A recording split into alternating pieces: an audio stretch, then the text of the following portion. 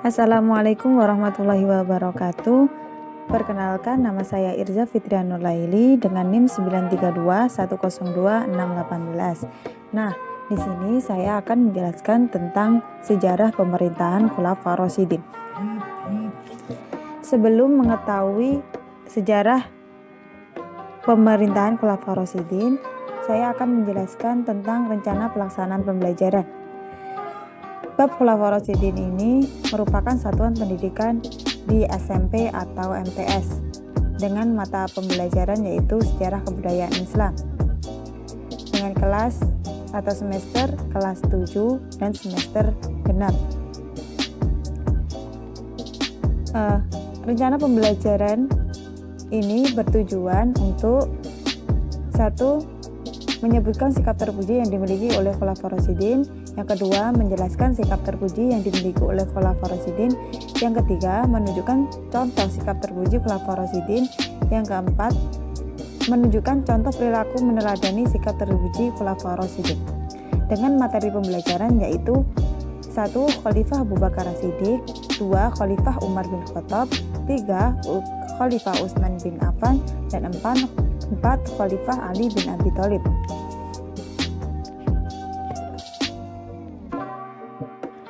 Langsung saja, di sini saya akan menjelaskan pengertian tentang Khulafaur Rasyidin. Khulafaur Rasyidin menurut bahasa adalah orang yang ditunjuk sebagai pengganti, pemimpin atau penguasa yang selalu mendapat petunjuk dari Allah Subhanahu wa taala.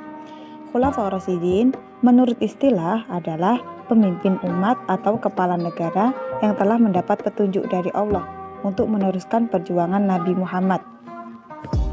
Khalifah adalah jabatan tertinggi dalam kepemimpinan Islam pasca Rasulullah wafat. Mereka dipilih oleh umat Islam melalui musyawarah. Seorang khalifah wajib menjalankan kepemimpinan sesuai dengan Al-Quran dan Sunnah Nabi. Khalifah tidak menjalankan fungsi kenabian. Tugas utama mereka dalam hal keagamaan adalah memimpin salat Jumat di Masjid Nabawi dan menyampaikan khutbah Jumat. Tugas seorang khalifah selain sebagai kepala negara, dia juga menjabat sebagai panglima pasukan Islam yang memiliki kewenangan luas dalam hal pemerintahan. Dalam sejarah, tugas Nabi Muhammad sebagai kepala pemerintahan dan kepala negara diemban oleh 4 sahabat terdekat secara beruntun. Termasuk dalam tugas tersebut adalah mengurus masalah keagamaan umat Islam. Keempat pengganti inilah yang dikenal dengan sebutan Khulafaur Rasyidin. Keempat Khulafaur Rasyidin ini, yang pertama yaitu Abu Bakar As-Siddiq. Abu Bakar As-Siddiq memerintah mulai dari 632 Hijriah sampai 634 Hijriah. Yang kedua yaitu Khalifah Umar bin Khattab. Ia memerintah mulai dari 634 Hijriah sampai 644 Hijriah. Yang ketiga yaitu Utsman bin Affan. Utsman bin Affan memerintah pada tahun 644 Hijriah sampai 656 Hijriah. Dan khalifah yang terakhir yaitu Ali bin Abi Thalib. Ali bin Abi Thalib memerintah mulai dari 656 Hijriah sampai 661 Hijriah. Khalifah yang pertama yaitu Abu Bakar As-Siddiq. Nama asli beliau adalah Abdullah ibnu Abi Quhafah At-Tamimi. Di masa jahiliyahnya bernama Abdul Ka'bah. Setelah masuk Islam, Nabi Muhammad mengganti namanya menjadi Abdullah yang kunyahnya Abu Bakar. Abu Bakar As-Siddiq lahir pada tahun 572 Masehi di Mekah. Ia lahir tidak berapa lama setelah Nabi Muhammad lahir. Karena kedekatan umur inilah Abu Bakar sejak kecil bersahabat dengan Nabi. Persahabatan keduanya tak terpisahkan, baik sebelum maupun sesudah Islam datang. Bahkan, persahabatan keduanya bertambah erat ketika sama-sama berjuang menegakkan agama Allah. Abu Bakar As-Siddiq merupakan sosok yang cerdas, berbudi pekerti luhur, terutama dalam kejujurannya. Selain itu, beliau seorang yang rendah hati, mudah memaafkan, dan suka bersedekah. Di balik kemuliaannya itu, beliau terkenal teguh pendirian dan pemberani. Sebelum terpilihnya Abu Bakar As-Siddiq sebagai khalifah, pada mulanya terjadi pendapat atau usulan oleh kaum Ansor dan Muhajirin yang sama-sama di antara dua kaum tersebut menginginkan seseorang khalifah dari kalangan mereka. Akan tetapi kemudian usulan itu ditolak tegas, sehingga di antara mereka menyimpulkan bahwa kaum Muhajirinlah yang lebih berhak untuk mengendalikan kekuasaan ini.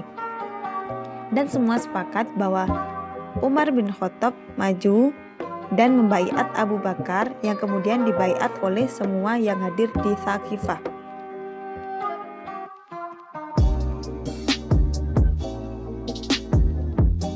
Dalam pemerintahan Abu Bakar As-Siddiq yang berlangsung selama 2 tahun 3 bulan ini, Abu Bakar As-Siddiq telah mencapai pemerintahan dan memiliki kebijakan pemerintahan, di antaranya 1. Membudayakan musyawarah yang lebih demokratis dalam pemerintahan dan masyarakat. 2. Menumbuhkan loyalitas umat Islam dan tentara kepada pemerintah yang memberi pendukung atas semua kebijakan khalifah. Yang ketiga yaitu menyusun mushaf Al-Quran seperti yang dimiliki umat Islam sekarang. Yang keempat yaitu menyejahterakan rakyat dengan membangun baitul mal, memperdayakan zakat, infak, ghanimah, serta jizyah. Dan yang kelima yaitu membangun pemerintahan yang tertib di pusat dan di daerah. Khalifah yang kedua yaitu Umar bin Khattab. Umar bin Khattab memiliki nama lengkap Umar bin Khattab bin Nufail, keturunan Abdul Uzza al-Quraisy dari suku Adi. Umar dilahirkan di Mekkah 4 tahun sebelum kelahiran Nabi Muhammad. Umar masuk Islam pada tahun ke-5 setelah kenabian dan menjadi salah satu sahabat terdekat Nabi Muhammad serta menjadi khalifah kedua setelah Abu Bakar As-Siddiq. Setelah masuk Islam, Umar mempertaruhkan keseluruhan sisa hidupnya untuk membela dakwah Rasulullah. Umar menjadi benteng dan pilar ajaran Islam yang paling kukuh. Ia menjadi orang kepercayaan Rasulullah sekaligus penasihat utamanya. Umar bin Khattab memiliki postur tubuh yang tegap dan kuat, wataknya keras, pemberani, dan tidak mengenal gentar. Tutur bahasanya halus dan bicaranya fasih. Umar bin Khattab adalah salah satu sahabat terbesar sepanjang sejarah sesudah Nabi Muhammad. Terpilihnya Umar bin Khattab menjadi khalifah karena melalui pemilihan langsung dari para sahabat. Ketika Khalifah Abu Bakar jatuh sakit dan merasa ajalnya akan segera datang, ia berkonsultasi dengan sahabat mengenai khalifah sesudahnya. Kemudian Umar bin Khattab lah yang terpilih menjadi khalifah. Kebijakan Umar bin Khattab. Kebijakan pertama yaitu perkembangan politik. Kondisi politik Islam dalam keadaan stabil, usaha perluasan wilayah Islam memperoleh hasil yang gemilang pada pemerintahan Umar bin Khattab. Yang kedua, perkembangan dalam pengetahuan. Umar bin Khattab menyebarkan agama Islam via pendidikan dengan membangun pusat pendidikan yaitu di masjid, serta mengembangkan pendidikan dari segi ilmu bahasa. Yang ketiga yaitu perkembangan ekonomi, karena perluasan daerah terjadi dengan cepat. Dan setelah itu, Khalifah Umar bin Khattab mengatur administrasi negara dengan mencontohkan administrasi yang sudah berkembang di Persia, sehingga perkembangan ekonomi pada masa pemerintahan Umar bin Khattab sangat berkembang dengan pesat. Khalifah yang ketiga yaitu Utsman bin Affan. Utsman bin Affan memiliki nama lengkap yaitu Utsman bin Affan bin Abil As bin Umayyah dari suku Quraisy. Ia memeluk Islam karena ajakan Abu Bakar As-Siddiq dan menjadi salah satu sahabat dekat Nabi Muhammad. Pada waktu itu ia sangat kaya namun tetap sederhana dan sebagian besar kekayaannya digunakan untuk kepentingan umat Islam. Utsman bin Affan masuk Islam pada usia 34 tahun, berawal dari kedekatannya dengan Abu Bakar As-Siddiq. Dengan sepenuh hati masuk Islam bersama Talhah bin Ubaidillah. Meskipun masuk Islamnya mendapat tantangan dari pamannya yang bernama Hakim, namun Utsman tetap pada pendiriannya. Hakim sempat menyiksa Utsman dengan siksaan yang amat pedih. Siksaan terus berlangsung hingga datang seruan Nabi Muhammad agar orang-orang Islam berhijrah ke Habasyah. Masa pemerintahan Utsman bin Affan merupakan masa pemerintahan terpanjang yaitu selama 12 tahun. Mulai dari 24 Hijriah sampai 36 Hijriah. Utsman bin Affan dipilih melalui musyawarah sahabat dan melalui persaingan ke-6 calon yang dipilih oleh Khalifah Umar bin Khattab. Khalifah yang terakhir yaitu Ali bin Abi Thalib. Ali bin Abi Thalib merupakan putra dari Abu Thalib, lahir di Makkah setelah Nabi Muhammad lahir.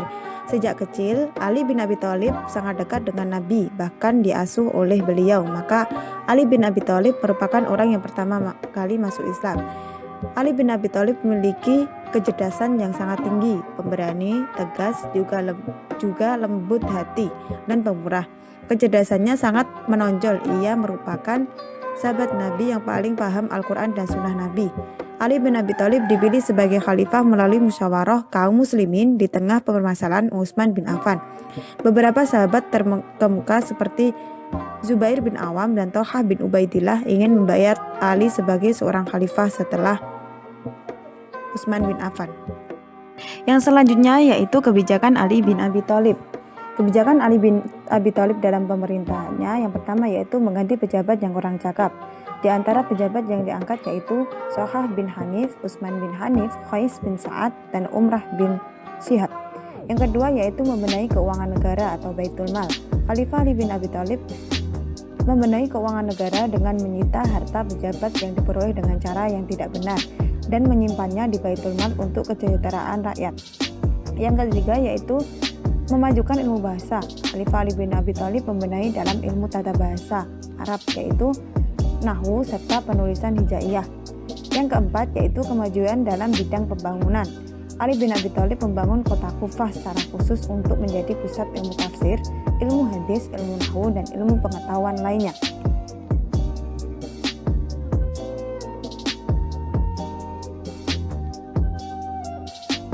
Sekianlah video pembelajaran tentang kepemimpinan Khulafaur Rasyidin yang dapat saya sampaikan. Terima kasih sudah memperhatikan video yang sudah saya buat. Dan apabila ada kekurangan dalam penyampaian video pembelajaran ini, saya mohon maaf yang sebesar-besarnya. Akhirul kalam, wabillahi taufiq wa hidayah, waridho wa inayah, Assalamualaikum warahmatullahi wabarakatuh.